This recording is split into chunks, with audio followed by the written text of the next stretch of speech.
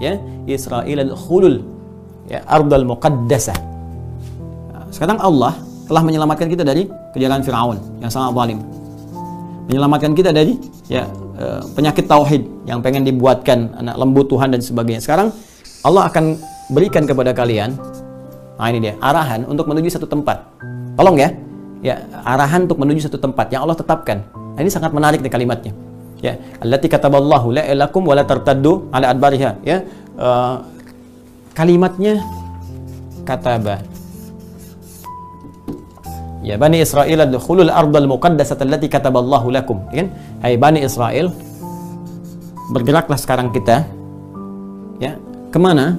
Al-ardul muqaddasah. Muqaddasah. Ya, nanti terambil nanti dari sini diambil turunan katanya terpotong jadi Al-Quds. Ya. Al-ard, tempat yang dipijak. Setiap tempat yang kita pijak disebut dengan ardun. Kan? Muqaddasah yang disucikan. Kalau sudah disucikan berarti diberkahi, baik gitu kan? Lingkungannya, karena memang di sini nanti tempat turun temurunnya para nabi dan rasul. Dan ternyata kan dari generasi mereka juga diharapkan bahwa dengan ada di tempat itu mereka kembali ingat lagi kepada Allah, karena kakek moyang mereka banyak yang ada di situ, kembali mengingat Allah, kembali taat lagi dan sebagainya kan. Maka diminta kemudian oleh Musa, ini Allah tetapkan di sini. Tapi ada hikmah yang sangat besar.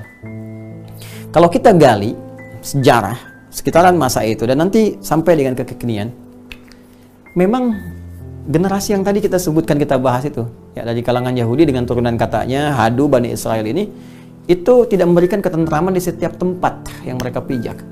Ya, karakteristiknya memang selalu menghadirkan persoalan, ada masalah. Ya bahkan ke era modern pun ya kita bisa lihat bagaimana di Eropa bikin masalah, bagaimana ke tempat ini bikin masalah, di sini bikin masalah, sehingga semua terusir gitu kan.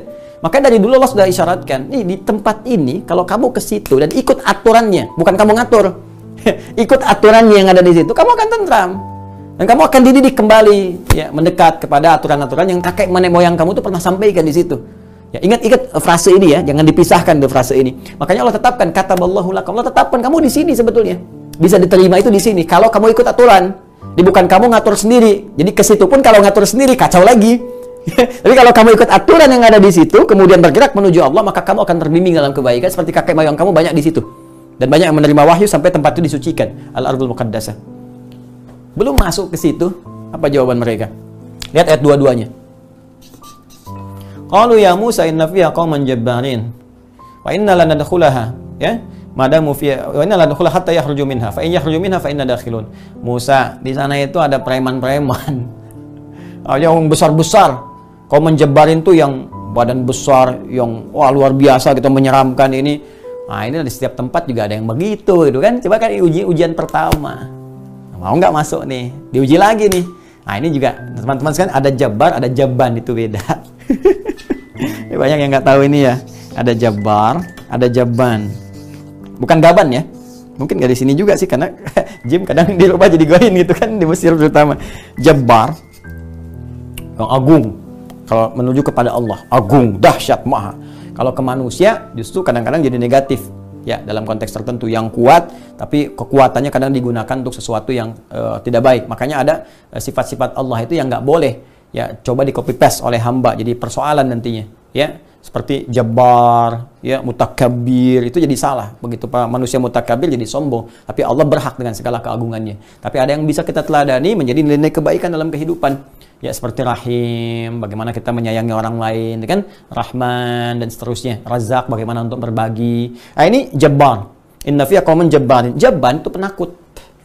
Jabban itu penyakut. Wallah jabbanin, ya, orang-orang penakut. Makanya di sini ada yang meneliti ini, bolehlah bikin disertasi teman-teman, ya.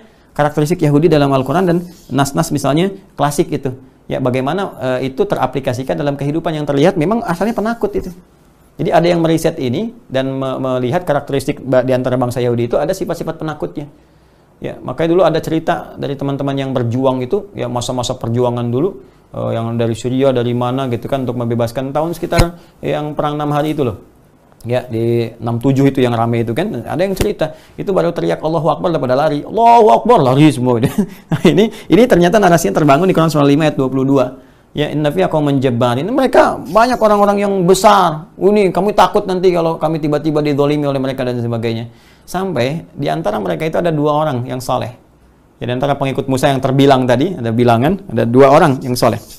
Maka mereka berkata di ayat 23-nya, qala rajulani minal ladzina yakhafuna an'amallahu 'alaihim. Ya, alaihima. Berkata 2 orang lelaki yang mereka mendapatkan nikmat dari Allah Subhanahu wa taala, yang sangat takut kepada Allah, kan? Ya, jadi kalimat takut di sini dihadirkan nih, aduh begini lagi nih, khawatirnya ada hukuman lagi nih dari Allah, kan, ada persoalan lagi gitu. Dia udah bisa baca nih, jadi di kalangan mereka sendiri udah melihat lagi yang muncul nih, udah kemarin nyalain ketentuan, udah minta Tuhan baru, udah diampuni, sekarang muncul lagi begini, gimana nih? Maka 2 orang ini kasih nasihat untuk mengatakan, nggak usah kamu deh yang bicara gitu ya, biar kami aja, supaya Musa, masalahnya kalau Musa marah kejadian karena Nabi. Ya Allah, ini manusia kayak gini, udah lenyapkan aja lah gitu. Itu kejadian nanti. Tapi kan harus sabar. Makanya Musa masuk ulul azmi.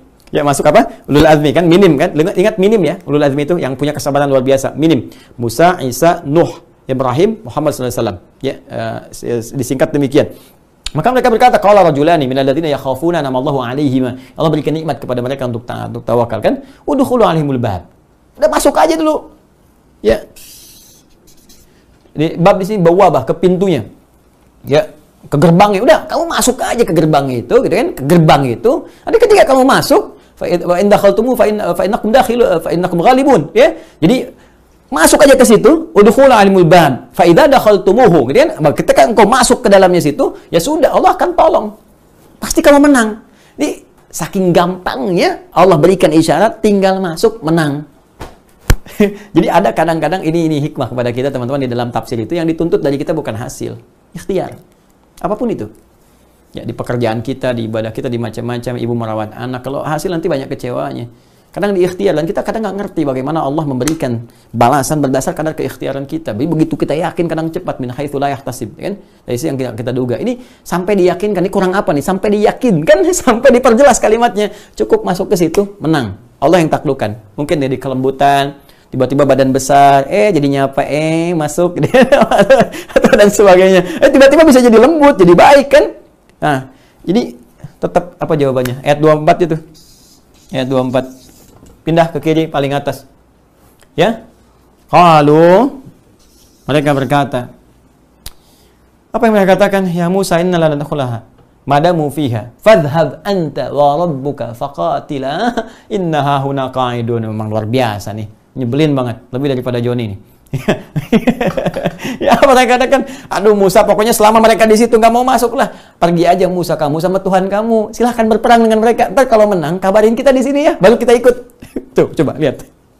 Udah dibuktikan dengan tongkatnya dibelah lautan, kelihatan Fir'aun ditenggelamkan, masih berkata demikian.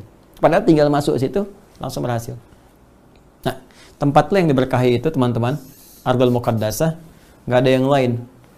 Ya, dari narasi ini termasuk dalam sejarah, termasuk nanti ketika Allah menyebutkan di surat Al-Isra itu ayat pertama, Subhanalladzi asra bi 'abdihi lailan minal masjidil haram ilal masjidil aqsa alladzi barakna haulah. Jadi kalau kata barakna itu yang diberkahi itu mengandung nilai kebaikan, kesucian, nama lainnya yang muqaddasah itu, Ardul Muqaddasah. Nah, itulah wilayah yang kita kenal sekarang ada di wilayah bumi Palestina. Makanya ada yang menyebutkan dari kalangan Jabbar itu kaum Palestina yang ditarik kemudian ke Finit. Finit itu kalau kita tarik lagi, Ustaz Felix, ke yang tadi yang saya sebutkan 8 itu, bangsa-bangsa itu. Ini kalau saya rinci, lama ini, takutnya sampai besok subuh jadi kuliah duha gitu. Jadi kita turunkan ke sini lagi. Nah, masuklah mereka ke situ. Padahal, makanya Palestina itu punya karakteristik pejuang. Maka jangan heran kalau sekarang mereka mengatakan, udah biar kami aja yang jagain Aqsa, kalian doain aja di sana.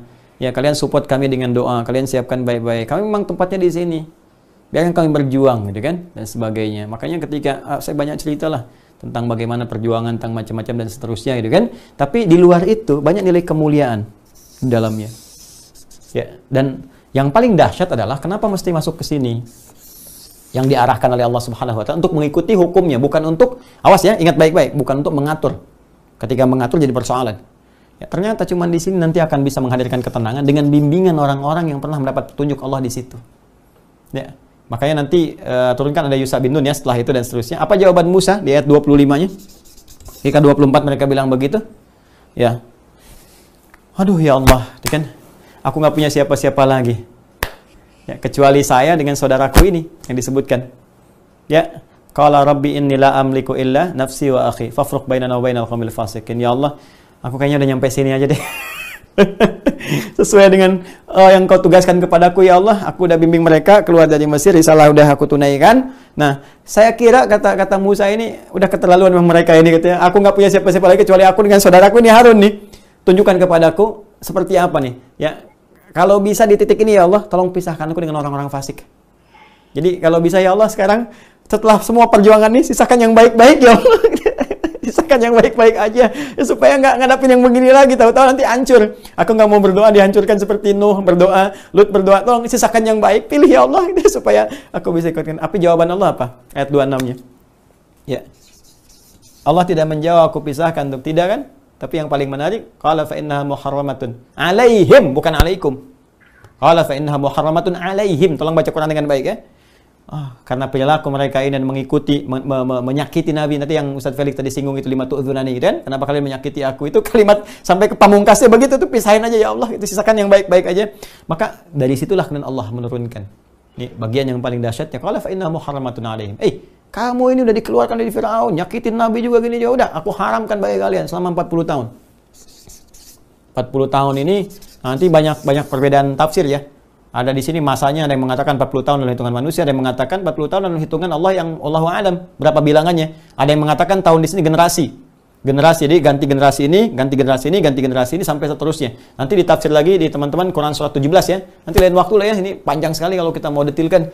Di surat 17 itu di Al-Isra. Ya kalau kita lihat dari ayat 4, ayat 5, 6 sampai dengan 7 gitu kan, sebelum pindah ke halaman berikutnya, itu nanti akan ada sesuatu yang luar biasa dan itu harus ngaji benar. Ya, ngaji gitu ya. Yo ngaji di mana dan diturunkan lah. Nah, nanti setelah itu apa yang terjadi? Kata Allah, fa innaha muharramatun alaihim. Oke, orang-orang fasik aku haramkan ke situ. Ya, cuman kan Musa masih bertugas di situ. Jadi untuk Musa nggak berlaku ini. Tapi Allah berikan rahmat kepada Musa. Baiklah Musa, karena engkau di sini sudah selesai, tugasmu sudah baik, engkau menghasilkan begini, tapi mereka seperti ini, maka jadi rahmat untuk Musa. Mereka berputar-putar tuh. Ya, padahal di sekitaran itu ada yang mengatakan dari sini balik ke sini lagi, muter lagi terus tuh kan. Ya, sampai Musa pun meninggal dalam konteks membimbing mereka itu supaya taat dalam konteks meninggal dunia, dan meninggalnya ini para ulama sepakat rahmat buat Musa. Supaya nggak ketemu lagi yang nyebelin. Ya ingat bahasanya ya, jangan diputar-putar nih. Ingat yang seperti ini gitu, yang mengesalkan dan seterusnya. Maka teman-teman sekalian, ini selesai, Musa tugasnya di sini, meninggal beliau di situ, Harun juga kemudian meninggal, dan nanti ini akan terus bergenerasi. Tapi Musa sempat memohon sebelum meninggalnya. Ini ada riwayat menyebutkan, ya Allah, berikan aku petunjuk, aku ingin meninggal dekat ke tempat itu. Maka diminta dilemparkan batu dan nggak berjarak banyak dari situ, kemudian meninggal dunia. Nanti akan diteruskan oleh nabi-nabi setelahnya untuk membimbing, ya diantara Yusha bin Nun dan seterusnya, gitu kan, membimbing untuk mendekat kepada tempat yang dimaksudkan. Jadi Allah memberikan isyarat di sini, di bumi ini sepanjang itu bisa diikuti aturan di dalamnya, bukan ngatur sendiri. Ya, jadi Allah itu memberikan rancangan, ada orang-orang terbaik yang Allah berikan bimbingan di sini.